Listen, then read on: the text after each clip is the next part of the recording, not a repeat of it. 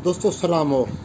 दोस्तों आजकल मैंने वॉक करने का एक प्रोग्राम बनाया हुआ है। कल मैं जब वॉक पे निकल रहा था तो मैंने फेसबुक पे ये स्टेटस रखा था कि लॉकडाउन के दिनों में घर में रहते हुए आदमी कई नफसियाती उलझनों का शिकार हो जाता है और उसका एक ही इलाज है, वो है वॉक करना।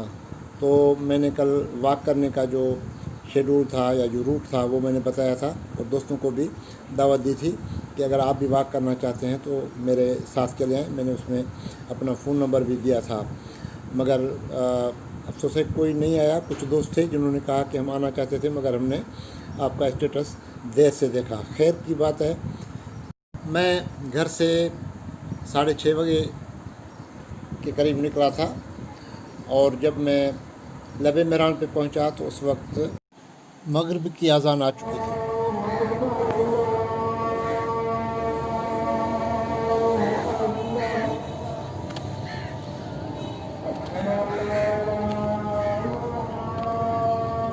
हाय हाय।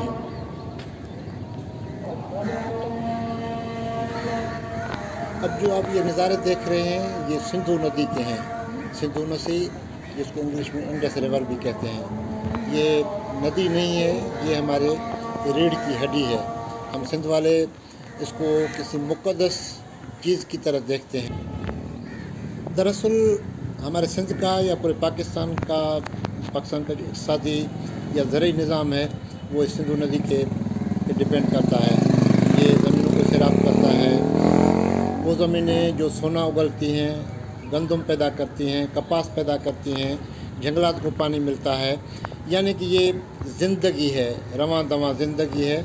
अगर ये सिंधु न हो तो हम तो सब मर जाएं। तो इस सिंधु को हम जो है वो मुक़द्दस निगाहों से देखते हैं और इस हिसाब से भी इस सिंधु में बहुत सी मुक़द्दस जगहें भी हैं। यहाँ पे हिंदुओं की मुक़द्दस ज़ियारतगाह साधु बेला है।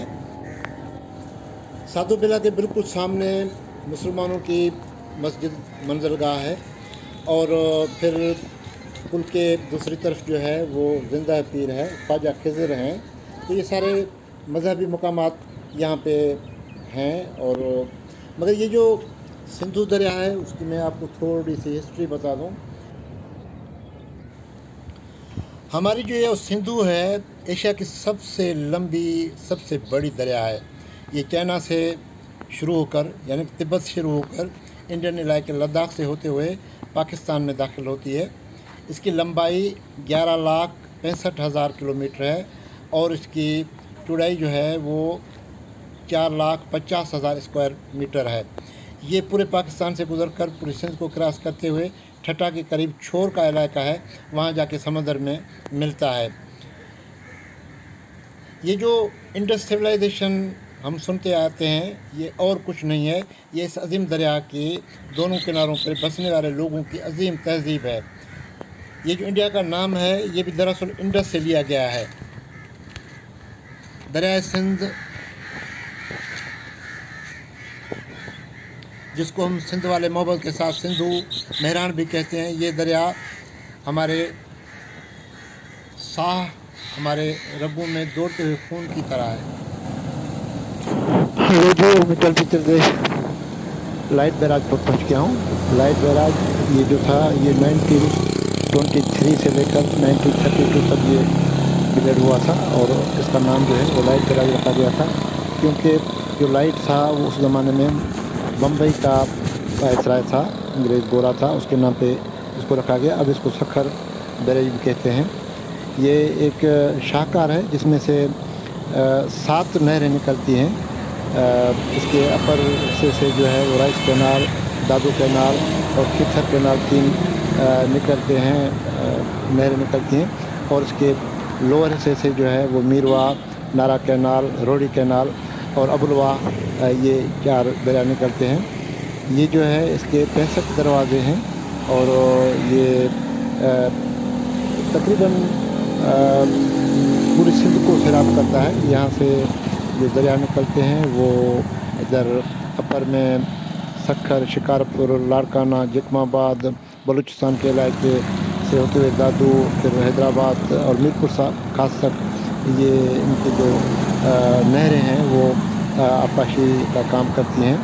तो ये बहुत ही खूबसूरत भी है और जाज़िब नज़र भी है, मगर ये इसको अभी और ज़्यादा खूबसूरत बनाया जा सकता है अगर इसमें थोड़ी रोशनियाँ ज़्यादा लगाई जाएँ, नीचे भी ऊपर भी।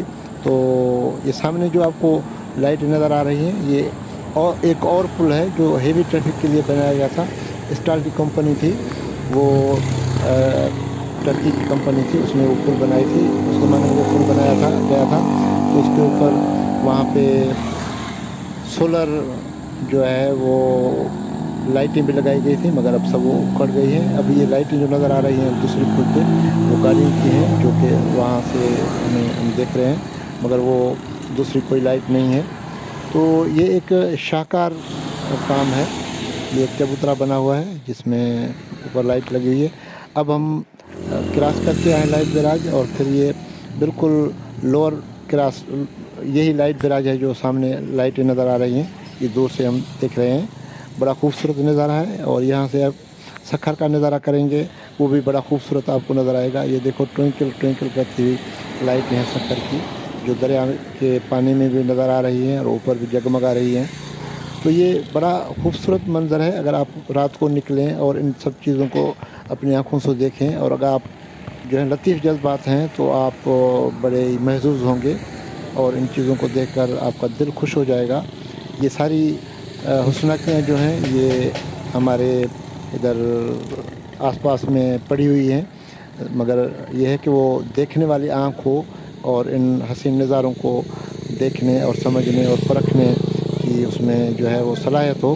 तो this is a very amazing scenery. See this is how it is seeming. जैसे ऐसे लग रहा है कि न्यूयॉर्क सिटी है, यहाँ से आप लाइटें देख रहे हैं।